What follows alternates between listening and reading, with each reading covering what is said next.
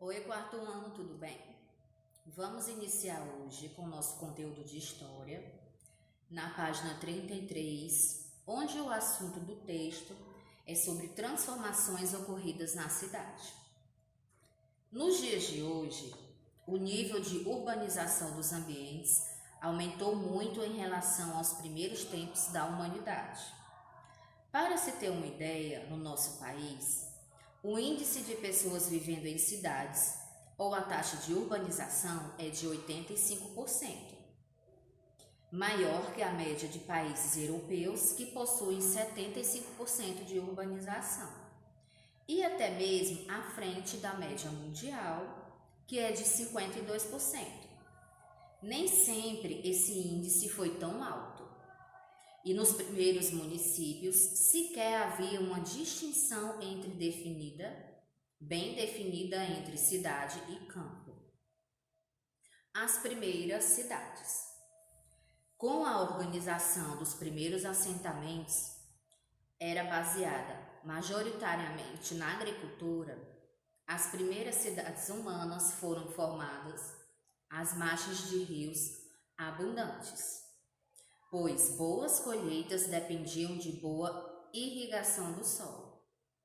Nas primeiras aldeias que posteriormente evoluíram para as cidades, as primeiras características ainda presentes em nossos dias são perímetro definido, campos agrícolas deixados separados do resto da comunidade, ou pastos que a circundavam, moradias permanentes, depósitos para guardar alimentos e objetos e cemitérios. Como se pode perceber, a distinção entre cidade e campo não era bem definida. Por muito tempo, acreditou-se que a região da Mesopotâmia obrigava as primeiras cidades humanas como Ur, Nippur, Lagash e Uruk, cerca de 10.000 anos antes de Cristo. Essas cidades, já naquela época, comportavam um número de habitantes de mais de 1.000 pessoas e eram essencialmente militarizadas para proteger as riquezas geradas pela agricultura. Entretanto, foram descobertos vestígios arqueológicos de outras cidades humanas na pré-história, como Lepenski que é na Sérvia, datado de 8.500 anos antes de Cristo, além de cidades na China e Índia antigas. Então, no começo, tudo era baseado na agricultura, né? Que foi a grande descoberta da humanidade. Página 34. Apesar desses requisitos locais, os números de habitantes não é o suficiente para definir o que é de fato uma sociedade, uma cidade. Devemos levar em conta que tipos de atividades são desempenhadas nela, principalmente as que diferem da zona rural, em especial a função política. Aliás, a função política é a principal causa da fundação de uma cidade. Lembremos que a palavra política deriva do grego polis, que quer dizer cidade. Depois da Revolução Industrial, iniciada no século XVIII, as cidades se tornaram centro de produção industrial. A presença de fábricas influenciava o ritmo do crescimento urbano. Quanto mais indústrias numa cidade, mais acelerado o processo de urbanização. Então, quando as indústrias começaram a crescer nas cidades, muita gente tinha que trabalhar lá, né? Então, essas pessoas começaram a morar nessa cidade e automaticamente o número de pessoas, o número de habitantes ia aumentando. Porque com a demanda muito grande de indústrias, né? Há um movimento muito grande naquele local E muitas pessoas vão para aquela cidade para trabalhar, para conhecer e vão ficando, né? Aí a população vai aumentando. Na segunda metade do século XX, as cidades se tornaram, além de polos industriais, grandes centros de serviços, com bancos, empresas de tecnologia da informação, repartições de saúde e educação.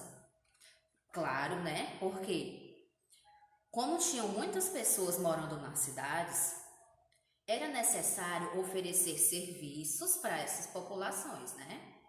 Então, são serviços essenciais.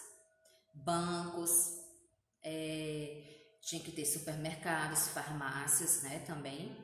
Não estão no texto, mas com certeza eram atividades essenciais. Então, isso movimentava a economia da cidade, gerava lucro, né? Então, cada empresário que via que uma empresa estava dando certo, ia lá e colocava seu comércio, sua empresa. A cidade tem por característica principal o seu ritmo de vida bastante veloz. Esse ritmo acelerado ajuda a dinamizar as trocas de cultura e provoca mudanças constantes na sociedade. E esse é o principal ponto que a diferencia atualmente do campo. Então, o campo é totalmente diferente da cidade, porque não tem esse fluxo grande de pessoas, de trânsito, né, carros. O campo é mais tranquilo, mais voltado para o silêncio, para o relaxamento, com atividades de agricultura e pecuária. A industrialização foi um divisor de águas.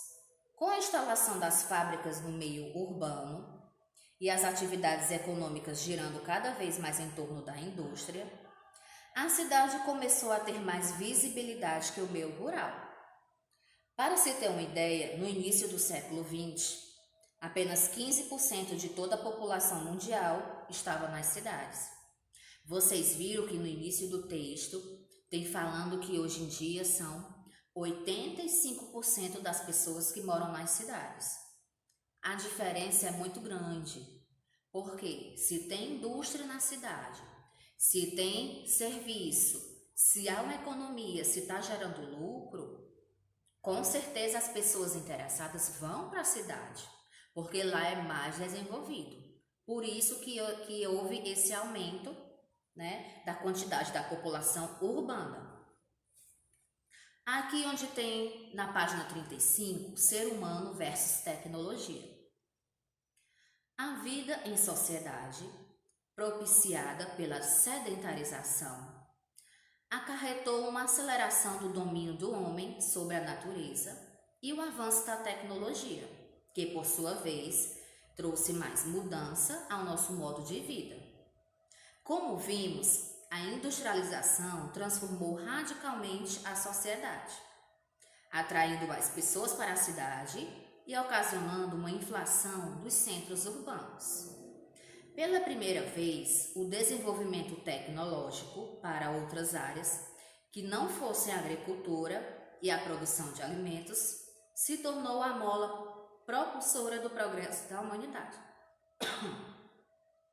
Tal progresso foi consolidado com a ideia de globalização, que pressupõe uma aproximação mundial das comunidades humanas, através de meios de comunicação cada vez mais avançados, como a internet.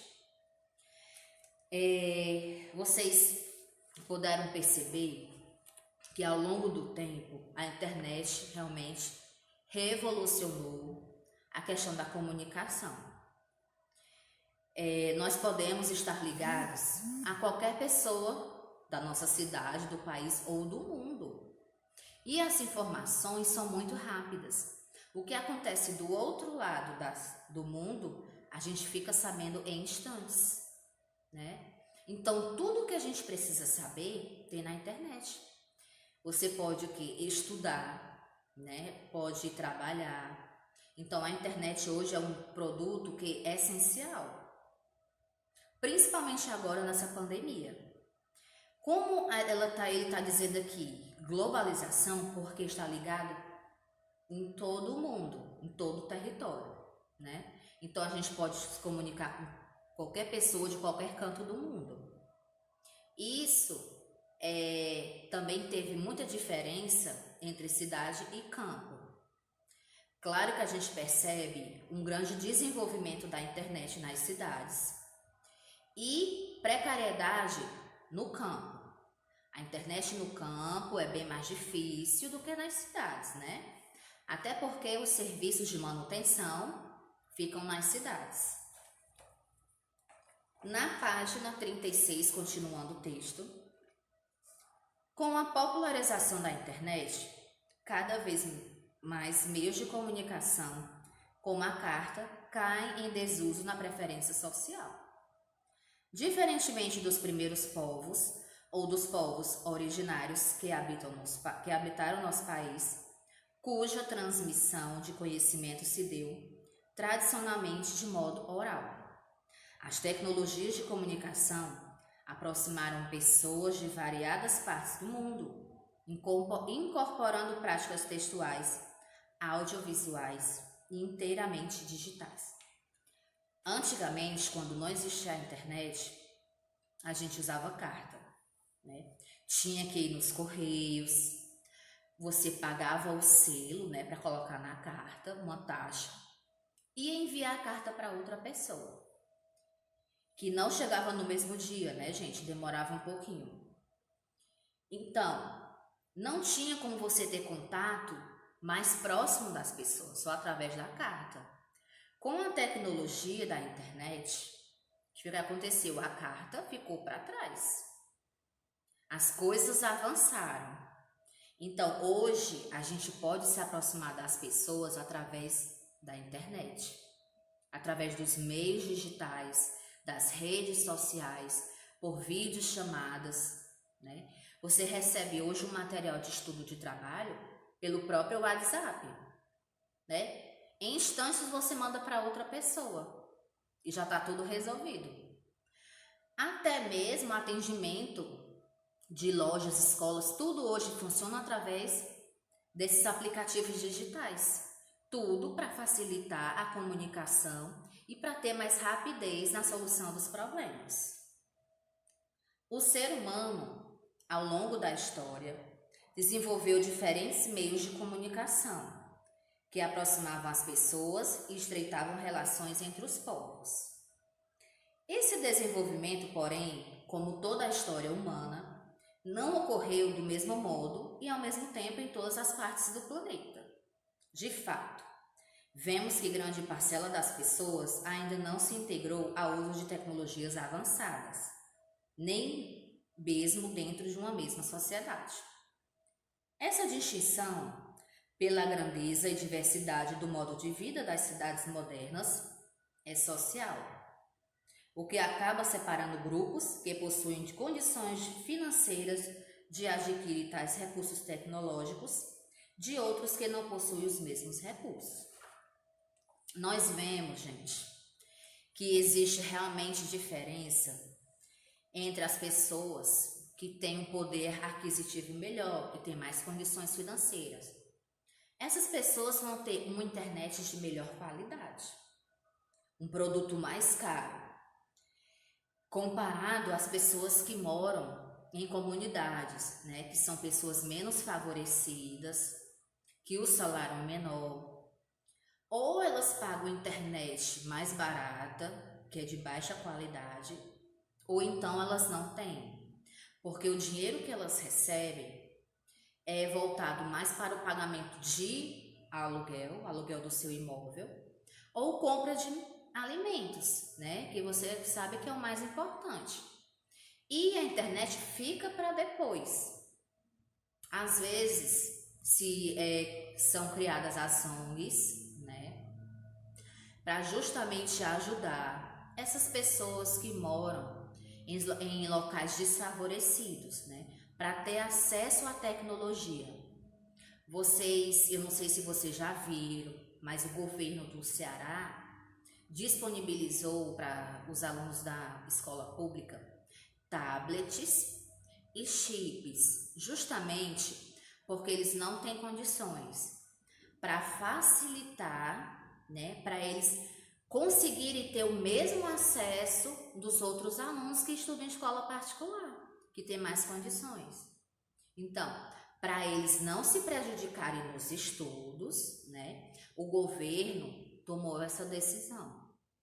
Mas mesmo assim, tem gente que não é beneficiada e sofre com essa diferença, certo? Vocês vão fazer a página 37, só que a segunda não precisa fazer, tá bom? Só a primeira, a terceira e a quarta. No nosso livro de português, vocês vão realizar a atividade da página 51, que é continuação do conteúdo da aula passada sobre encontro vocálico e encontro consonantal. Se vocês tiverem alguma dúvida em relação a essas duas coisinhas, esses dois assuntos, dê uma olhada na página 48, que tem a explicação e os exemplos, tá ok? Tchau, gente! Um bom feriado para vocês amanhã, dia 25, data magna. Tchau!